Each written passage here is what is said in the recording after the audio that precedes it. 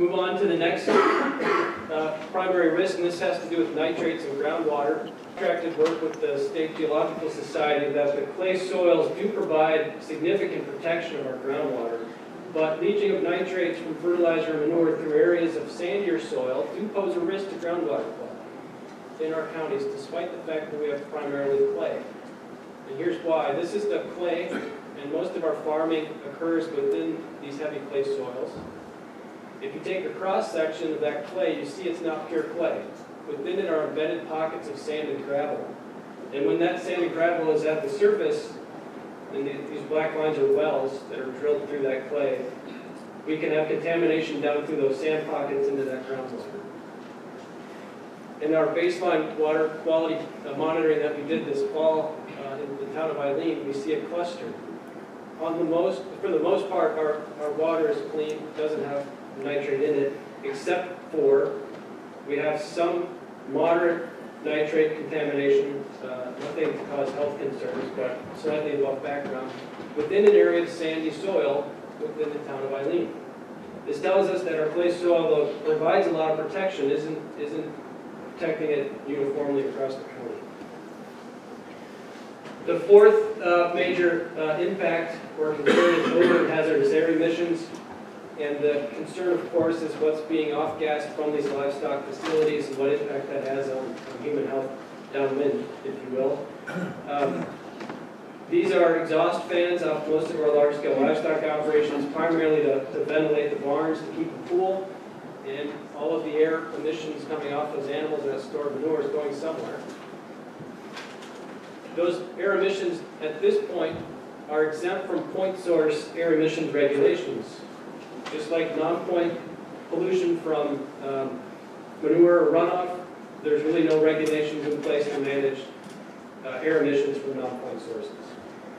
However, there are many technologies and methods that are available to limit air emissions, but they aren't uniformly required for livestock facilities at this point.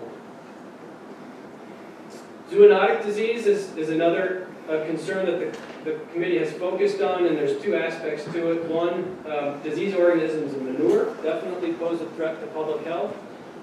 The list is long of what's in manure. You've probably heard of E. coli and salmonella, but there's a range of viruses and other critters in manure that are dangerous. And the way to protect public health is to understand how it moves in the environment, and it's complicated. So manure can be moved by people working in the facility, it can be moved through runoff.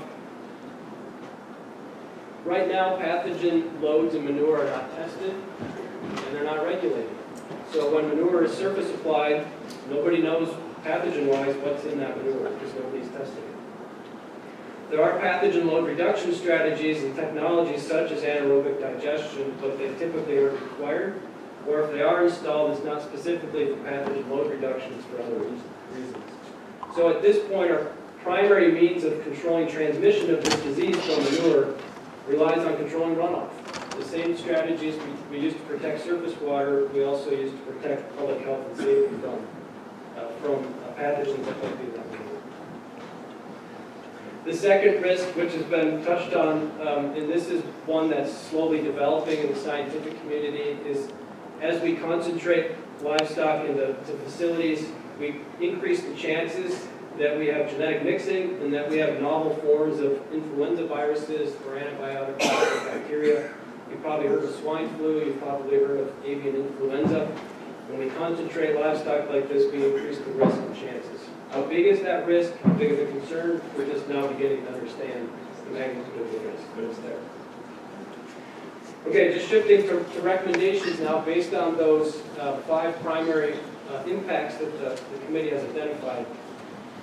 First and foremost is the committee is identifying that the magnitude of the risks are specific to an operation. It depends on where that facility is located in terms of soil type, slopes of the ground, the depth of the groundwater, proximity to neighbors, species of livestock, right? Every livestock facility is different, and therefore the risks posed to neighbors and public health is different. In a similar way, the methods available to mitigate those risks or to lessen the impacts are equally diverse. Taking no action is an option if the cost to implement risk reduction is too expensive. Maybe you don't do it. We also can achieve risk reduction or minimizing impacts through outreach education, training, facilitation, and other support programs like cost-share assistance. We also have the tool of regulations, additional regulations, either zoning and siting or operational, and an example of which would be the ban that Bayfield County has already put in place on aerial application of manure to irrigation systems. Okay, so number one, I'm just going to provide an overview of the two ordinances, and then the next two agenda items can get into the specifics, particularly the legal aspects of both of these ordinances. So the operations ordinance basically requires operations with 1,000 or more animal units would be required to get a permit from Bayfield County, an operations permit. And in order to get that permit, the applicant basically has to do two things. It has to submit an operations plan that talks about how it's going to operate and how that facility is not going to cause pollution, what it's going to do to prevent pollution, and what it's going to do to prevent a nuisance, either private or public, and how it will protect public health and safety. This puts the burden on the applicant to demonstrate a plan that will protect the environment, protect public health and safety. Now there's two parts to this. The first is that this puts the burden on the applicant. But it also allows the applicant, it doesn't prescriptively say to the applicant, you have to do this, this, and this. It provides the flexibility to the farmer to come up with innovative strategies and solutions and ways to mitigate the risks, instead of having to prescribe what those might be, okay? Secondly, the applicant has to prove that the operations plan that they're proposing has worked, and that has, by doing so, is demonstrating that a similar operation has existed for 10 years and hasn't caused pollution or nuisance. Now, the county will review that application, and to the extent not preempted by AdCat 51, the county could impose conditions necessary, in the county's opinion, to prevent pollution or private or public nuisance. And these conditions, or the permit itself, would be issued by majority vote of the county board. In addition, the applicant would be required to post bonding for pollution cleanup or nuisance abatement, so they'd have to put financial assurances up front that if they do cause pollution or nuisance, that they'll pay to fix it. In addition, the applicant would be responsible for the county's cost of reviewing the application. The county board may feel they don't have the expertise to fully evaluate whether or not an application in fact won't cause pollution or won't cause private nuisance, and so they may have to hire technical experts to do the review, in which case the applicant would pay for that review, not the county. In addition, the applicant would pay a fee to assist the county in monitoring in terms of the permit or the conditions that are applied. So that's the first recommendation. The second is to enact the South Fish Creek Manure Storage and Management Ordinance. The idea is because South Fish Creek is already impaired for phosphorus, that additional risk management tools should be put into place to make sure that the phosphorus problem doesn't get worse and ideally gets better. Now this ordinance would only apply to operations of 1,000 animal units or more, and only those operations that are in the South Fish Creek watershed. I'm not going to go through all the detail of the ordinance. I'll hit the high points. First, instead of 180 days, the ordinance would require an operation of 540 days of manure storage capacity. That would allow the operation to miss some spreading windows. If it happens to rain and they can't spread, big deal, they can just store the manure until the next available spreading window. In addition, it doesn't do any good to have a big manure pit, because at some point it could get full. And now you have the same problem you started with, you only had 180 days. So the ordinance would require that the operational plan have multiple spreading windows, and that means growing a range of crops to be able to spread in the summer, to be able to spread in the spring, to be able to spread in the fall, potentially be able to spread in the winter in the right situation. That would help ensure that no matter what, going into winter, they always have 180 days of storage available.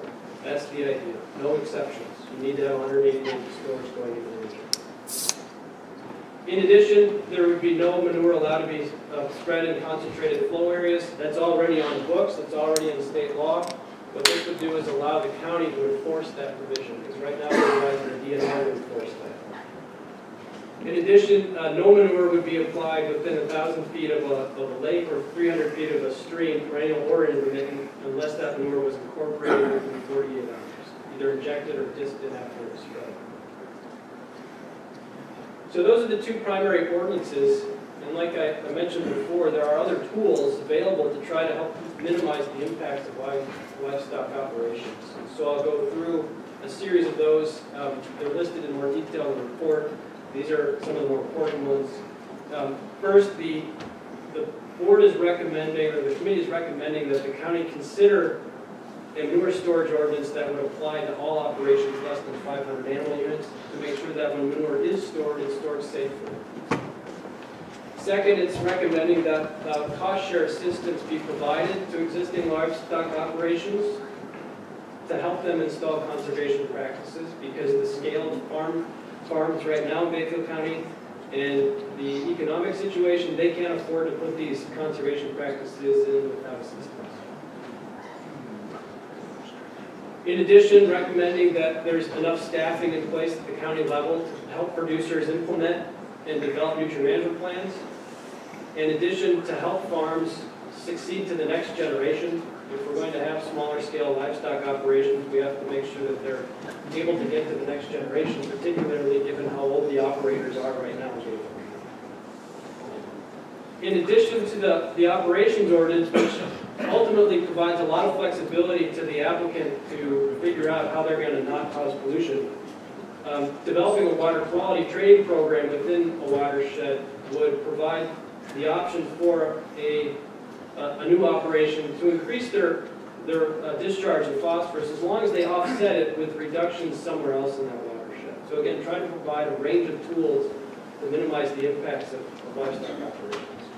The committee is recommending continuing to do baseline water testing so that we can track changes that might happen over time, to develop a more detailed groundwater susceptibility map to identify those areas of sand and gravel where nitrate contamination may be a concern, and then to close the abandoned wells that are out there. On the air quality side, the primary recommendation is to utilize the operations ordinance to address these issues of odor, dust control, and hazardous air emissions on a case-by-case basis. Evaluate each proposal and address it individually. And finally, the recommendations with respect to zoonotic disease is, as soon as possible, implement manure spill response training, so we know what to do if there is a tanker that spills or a pit that fails. Implement a public health ordinance so that we all know what to do and the operations know what to do if there is a viral disease outbreak. If it's contained to that species, like maybe an influenza, that's one thing, but if that flu spreads to the humans, we need to be prepared to contain that influenza. Continue to do things to enable use of manure digesters, such as negotiating offtake agreements with our utilities, and along those lines, enabling host-line transport of injection manure to try to get the tankers off the road and to enable the immediate incorporation of manure into the soil so it's less chance to rot. So that, in just a few minutes, is an overview of what the committee is recommending to the county board at this point. So I'd be happy to answer any questions regarding the report or the operations that are the recommendations.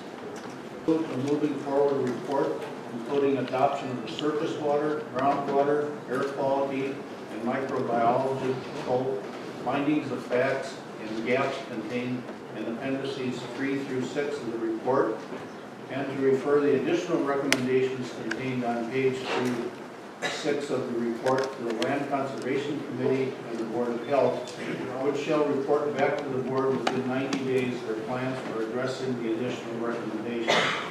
This motion does not pertain to the 2 recommended ordinances which needed to be voted on separately. Is there a second to that motion? Second by Jim. At this time, is there any discussion on the motion? If not, all those in favor signify by saying yes. Yes. Those opposed? Yes. Something different. That's off guard. Okay, the motion carries. Next item would be the discussion of possible action regarding the Bayfield County Amendment Ordinance number 2016-03, the large scale concentrated feeding operations ordinance. I'll turn it over to Linda at this time for a little up to date on this.